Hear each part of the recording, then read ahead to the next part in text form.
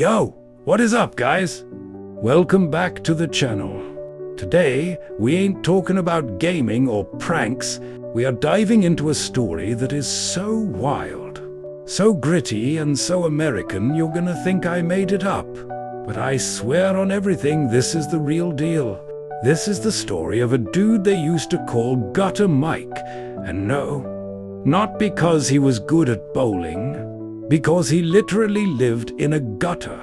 Picture this, downtown Chicago, 2015. The wind is howling off the lake like a freight train, cutting right through your bones. And there's Mike. He's got a stained Carhartt jacket, 3 layers of shirts that haven't seen a washing machine in months, and a shopping cart that's missing a wheel. His bed was a piece of cardboard behind a dumpster, behind a diner. That was his penthouse suite. He was the king of nothing. Most folks just walked right past him. They'd clutch their Starbucks cups a little tighter and cross the street. To them, he was just a piece of the scenery, a problem they didn't want to see. But here's the thing about Mike, man. He wasn't always like this. He used to have a wife, a kid, a house in the suburbs. He had a 401k, for crying out loud. He was a project manager for a mid-sized construction firm. He knew his stuff. He could look at a blueprint and tell you where the load bearing walls were just by squinting. But life, man, life hits you hard sometimes. He had a bad run of luck. The recession hit, the company went belly up, and he lost his job. Then the wife left, took the kid. He couldn't keep up with the mortgage. Before he knew it, he was sleeping in his car. Then the car got repossessed, and he just fell. He fell into a bottle, fell into depression, fell into the cracks of the system.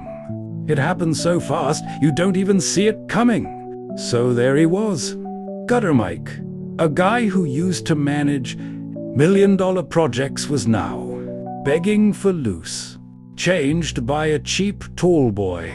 But here's the crazy part. Even when he was at his lowest, even when his hands were shaking from withdrawal and the cold, he still had a skill. He still had the knowledge in his head. He could look at a construction site, at the steel beams going up, at the concrete being poured, and he could tell you if they were doing it wrong. He just didn't care anymore. Or so he thought. He was just a ghost, existing in the margins of a city that was building itself up around him, while he was falling apart. But the universe, man, it has a funny way of hitting the reset button. And for Mike, that reset button was about to get smashed by a guy in a hard hat and a bad attitude. Let's get into part 2. So here is where the story gets spicy. Mike is doing his usual thing, scrounging for cans. It is a Tuesday, which means nothing to a dude living on the street. But it is trash day, which is basically Black Friday for homeless folks. He is dragging his busted cart down this side street when he hears it. Screech! Boom! A massive crash. Mike peeks around the corner and sees a brand new construction site. A luxury condo going up 30 stories. A crane dropped a pallet of bricks. Chaos, bricks everywhere. The foreman, a big red-faced guy named Tony, is screaming his head off. The structural engineer is on the phone, sweating through his shirt. They are losing their minds because the site has to be shut down. Mike, just being curious, saunters closer. He sees Tony pointing at a crack in the concrete. He sees the engineer scratching his head because the floor is sagging. Mike is watching, and a part of his brain that has been asleep for 5 years suddenly wakes up. He cannot help it. It is instinct. He yells from behind the fence, "Yo, big guy! Check the rebar tie-ins on column B7. You got a cold joint right there. The concrete is not bonded. That is why it's sagged." Silence. Everyone stops. Tony turns and gives Mike a death glare. "Get lost, you bum!" You do not know what you're talking about." But the engineer, a younger guy named Brad, pauses. He walks over to column B7. He gets down on his knees and looks. His face goes white. "Holiest asterisk asterisk T," he whispers. He is right. There is a void. Tony is furious. "Are you listening to a gutter rat?" Brad ignores him. He walks over to Mike, holding his nose because Mike smells terrible. But he is curious. "Who are you?" "How do you know that?" Mike just shrugged. "I used to be somebody. I used to fix stuff like this for a living. You need to cut that slab out and report it, or that whole building is gonna have a weak foundation. You got about 2 hours before that concrete sets." Tony is red in the face. "Get him out of here." But Brad saw something in Mike's eyes. Intelligence, a second chance. "Wait," Brad says. "Tony, if he is right, he just saved us $500,000. Let me talk to him." Brad looked at Mike's filthy face and offered him a deal. A crazy deal. He offered Mike a cup of hot coffee and $100 just to stick around and look at the rest of the site. Mike looked at the coffee, then at Brad, then at Tony. He grabbed the cup, took a sip, and smiled for the first time in years. "You got a deal, kid," he said. And just like that, the game changed. So Mike finishes his coffee. It is the first hot thing he has had in weeks. Brad hands him a crumpled $100 bill. Mike stares at it like it is alien currency. But Brad is not done. "Listen, Mike," Brad says, lowering his voice. "I got a side project. A brownstone renovation over in Lincoln Park. The guys I hired are idiots. They keep messing up the load-bearing calculations. I need someone who actually knows what they're doing. Just for a day. You in?" Mike looks down at his torn sneakers, his shaking hands, his cart full of trash. Then he looks at Brad. "You are crazy, you know that? Hiring a homeless dude off the street." Brad laughs. "Bro, you just saved my entire project. If you wanted to steal, you would have kept your mouth shut. You got integrity. I can see it." So the next morning, Mike shows up at the brownstone. He spent the night in a shelter just to wash his face. He grabs a hard hat. "All right, kid, show me the blueprints." Brad unrolls the plans. Mike leans over. His eyes scan the lines, the numbers. For a second, he is transported back to when he was somebody. He points at a wall. "This is wrong. The steel beam here is undersized. You are going to have a sag in the floor above the kitchen." Brad's jaw drops. "How the hell did you see that?" Mike smirks. "Because I actually read the specs, kid. Not just look at the pretty pictures." The crew watches in shock as this dirty vagrant starts barking orders. "Move that jack post 2 feet left. Stop mixing that mortar so wet." And the crazy thing? He is right. Every single call is spot on. By noon, the work is flowing faster than ever. The guys stop whispering. They start respecting him. He is not some bum. He is a master of his craft. At the end of the day, Brad pulls him aside. He counts out $500. Mike's eyes go wide. "That is too much, man." Brad shakes his head. "No, that is what you are worth. Now, I got a question. I got a big project coming up, a parking garage downtown. The city inspector is a hard ass. I need a site supervisor who knows code better than the inspector. I need you, full time, 40 hours a week. I will pay you $40 an hour. What do you say?" Mike is silent. He looks at the money. He looks at Brad. He thinks about the gutter, the cold nights, his ex-wife, his kid who probably does not even remember his face. For the first time in 5 years, he feels something other than despair. He feels hope. He sticks out his grimy hand. "I'm gonna need an advance for a haircut," he says. Brad laughs. "Deal." 6 months pass. Mike is a whole different man. He got that haircut. He got new boots, new jeans, a proper Carhartt jacket. He rents a tiny studio apartment. It is not much. Just a bed, a hot plate, and a TV that only gets 3 channels. But to Mike, it is a palace. It has a lock on the door. Nobody can kick him out. He sleeps like a baby for the first time in years. The Parking Garage project is a massive success. Mike shows up at 5 a.m. every single day. He is the first one on site and the last one to leave. He knows every worker by name. He knows their kids' names. He brings donuts on Fridays. But do not get it twisted. He is strict.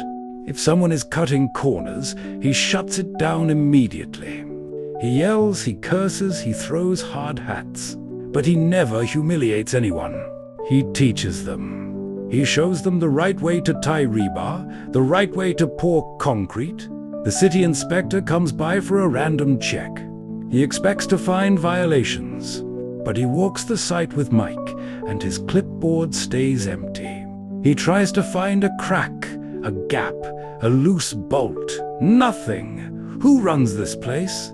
The inspector asks Brad. Brad points at Mike. The inspector looks at Mike, looks at his file, and raises an eyebrow. You used to be a project manager, right? I remember you. You worked on the Meridian Tower back in '08. You were good. Mike nods. Still am, sir. Word travels fast. Developers start calling Brad. Hey, can we borrow your guy? Brad sees dollar signs. He starts charging $500 an hour just for Mike to walk a site and point out problems. Mike is bringing in serious cash. Brad offers him a partnership. Mike, I want you to be a partner in the firm. 20%. You run the field operations, I handle the paperwork. Mike shakes his head. Make it 40% and you got yourself a deal. Brad laughs and agrees. That is when Mike stops being Gutter Mike and becomes Michael Turner, Vice President of Operations. But the money is not what drives him. It is the respect. He walks onto a job site now and the workers stand a little taller. They know he has been in the mud. They know he has struggled. He starts mentoring young guys who remind him of his old self. Guys who dropped out of school, guys who just need a break. He gives them a chance. He teaches them the trade. Some of them end up becoming foremen themselves. Then comes the big break. A massive development project is announced. A new sports arena on the south side. $3 billion. Every big construction firm wants the contract. Brad and Mike sit in their tiny office, looking at the bid documents. Brad is sweating. Mike, we are too small. We cannot compete with the big boys. Mike leans back in his chair, puts his boots on the desk, and smirks. Watch me, kid. I know these developers. I worked for them before I hit the gutter. They do not want a big firm. They want someone who will not screw them over. Call them. Tell them we want a meeting. The meeting is set for Thursday at 9 a.m., downtown Chicago. The big glass tower. Mike shows up in a brand new suit. First suit he has worn in over 5 years. It feels weird. The fabric is stiff. The tie feels like a noose. But he looks the part. Clean-shaven, fresh haircut, polished boots. Brad is next to him, looking nervous. Mike, I am scared. These guys are sharks. Mike puts a hand on Brad's shoulder. Relax, kid. I used to work for these guys. I know their secrets. Just let me do the talking. They walk into the conference room. All glass and marble, fancy chairs. Sitting at the head of the table is Mr. Harrison. Old money. Silver hair, expensive watch. He looks at Mike with cold eyes. So, you are the famous gutter rat I have been hearing about? Mike does not flinch. He smiles. That is one name for me. I prefer Michael Turner, sir. But you can call me whatever you want, as long as you call me when you need the job done right. Harrison raises an eyebrow. He is not used to people talking back. I heard you used to work for my company before you fell off the map. Mike nods. Yes, sir. I was a project manager on the Meridian Tower. I left when the recession hit, but I never forgot how you run things. You hate delays. You hate cost overruns. You hate excuses. Am I right? Harrison leans forward. Go on. Mike opens his folder. Here is our bid. It is not the cheapest, but it is the most honest. I have itemized every single cost, every material, every hour of labor. No hidden fees, no bullshit. The room goes silent. Harrison takes the folder and flips through it. His eyes move slowly. He is looking for a mistake. He does not find one.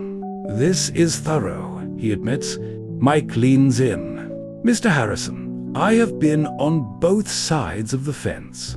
I have been the guy in the fancy office, and I have been the guy sleeping behind a dumpster. I know what it is like to lose everything. I'm not gonna risk losing it again by screwing you over. You give me this contract, and I will be on that site every single day.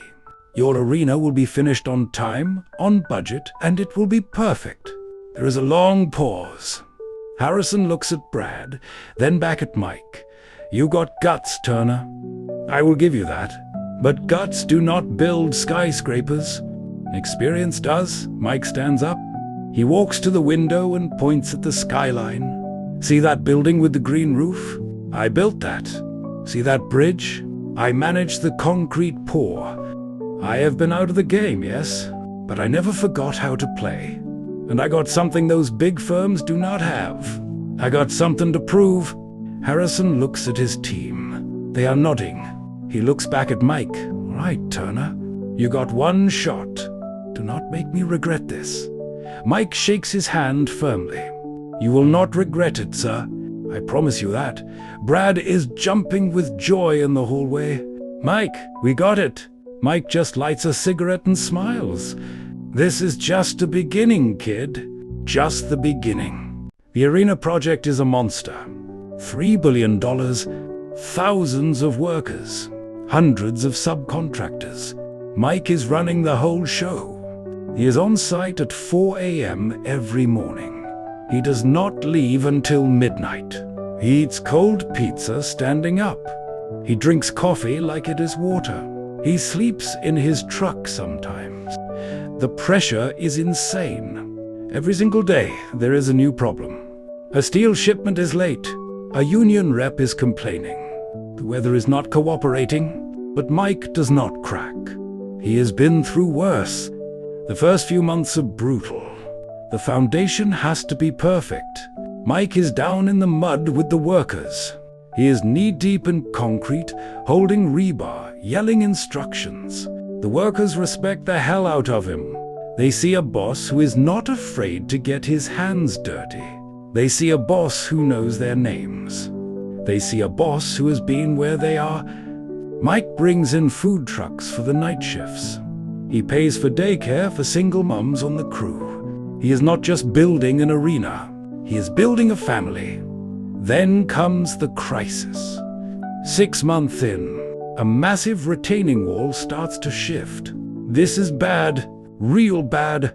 If the wall collapses, the whole site could flood. It would set the project back by a year. Costs would skyrocket. The media would have a field day. Mike gets the call at 3 a.m. He races to the site. He looks at the wall. He looks at the cracks. His gut tells him something is wrong. He pulls out the blueprints. His face goes pale. This is not a construction issue, he mutters. This is a design flaw. He calls the structural engineers. They argue with him. They blame the concrete mix. They blame the weather. But Mike does not back down. He knows a bad design when he sees one. He calls Harrison. Mr. Harrison, we got a problem. The design is flawed. We need to re-engineer the retaining wall. It is gonna cost money. But it is the only way to save the project. Harrison is furious. Do you know how much that is going to cost? Mike stands his ground. Sir, I would rather look like a guy who fixed a problem than a guy who let a building collapse. Trust me. Harrison is silent for a long moment. Then he sighs. All right, Turner, do what you need to do. But if you are wrong, I am going to destroy you. Mike hangs up and gets to work. He brings in a new engineering team. They design a new wall. It takes 3 weeks. It costs $5 million extra, but they fix it. The wall holds. The project is back on track. Harrison is impressed. You saved my ass, Turner, he admits. Mike just nods. That is what I do, sir. The arena is completed on time. It is beautiful. Harrison throws a massive party. Mike is the guest of honor. He gets a standing ovation. Reporters ask for interviews. They want to know his story. The homeless guy who built $1 billion arena. Mike takes the mic and looks at the crowd. I'm not a hero, he says. I am just a guy who got a second chance. Do not let anyone tell you that you cannot come back, because you can. Trust me. Success brings enemies. Mike has made a lot of them. The big firms that lost the arena contract are furious. They want revenge, and they find the perfect weapon. Tony, remember Tony? The foreman from the first site? The guy who called Mike a gutter rat? He has been holding a grudge for years. He watches Mike rise from nothing. It eats him alive. So he teams up with a rival developer. They cook up a plan to destroy Mike's reputation. It starts small. Rumors, whispers. Mike cuts corners. Mike uses cheap materials. At first, nobody believes it. Mike has a solid reputation. But then, something happens. A minor accident. A worker falls off a scaffold. He breaks his leg. It is not a big deal. Accidents happen. But Tony blows it up. He calls the newspapers. He calls the TV stations. He calls OSHA. Suddenly, Mike's face is all over the news. Former homeless man's company under investigation. Brad panics. Mike, we need to fight this. Mike shakes his head. No, Brad. If we fight, it looks like we have something to hide. We open our books. OSHA comes in. They inspect every site. They interview every worker. And guess what? They find nothing. Mike's sites are cleaner than most. The investigation ends. Mike is cleared, but the damage is done. The media never prints the retraction. Clients get nervous. Contracts slip away. The big firms circle like sharks. Mike watches his empire crumble. He goes home to his tiny apartment and sits in the dark. He thinks about the gutter. He thinks about giving up. Then, a knock on the door. It is the kid, the worker who fell. He is on crutches. Mike, I heard what they're saying. I fell because I was careless. Not because of you. You are the best boss I ever had. I will tell anyone. Mike's eyes get wet. Thank you, kid. The kid makes a video. He posts it online. He tells the real story. Workers rally behind Mike. #Justice for Mike trends. The media runs a follow-up. Homeless hero cleared. Contracts come back. The big firms are furious. Their plan backfired. Mike survived. He calls Harrison. Mr. Harrison, I want to buy your company. Harrison laughs. You cannot afford it. Mike smiles. I have the financing. Brad and I put together a deal. We are buying you out. Name your price. Harrison is silent. The gutter rat is now the wolf. Mike Turner is about to own the biggest construction company in Chicago. The deal closes on a Friday. Mike signs the papers in Harrison's old office. His office now. He looks out at the Chicago skyline. The city that broke him. The city that saved him. Brad is grinning. We did it, Mike. Mike lights a cigarette. No, kid. You did it. You gave me a chance. I will never forget that. The first thing Mike does as owner, he fires Tony, not out of revenge, out of principle. Tony created the scandal. He tried to destroy innocent people.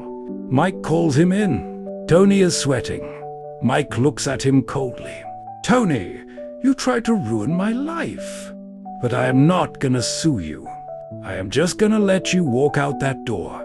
You spent your whole life tearing people down. I spent mine building things. That is the difference. Tony leaves. Mike never sees him again. The next move is bigger.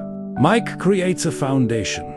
The Second Chance Foundation. It helps homeless people get job training in construction.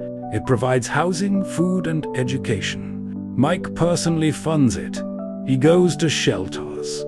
He talks to the guys sleeping on the floor. He tells them his story. He hires them. He gives them uniforms. He gives them dignity. Some become foremen. Some become project managers. One becomes a vice president. The media eats it up. Mike is on every talk show. They call him the Phoenix, the man who rose from the ashes. Mike does not like the spotlight, but he uses it. He uses it to raise money for the foundation. He goes to Washington. He testifies before Congress.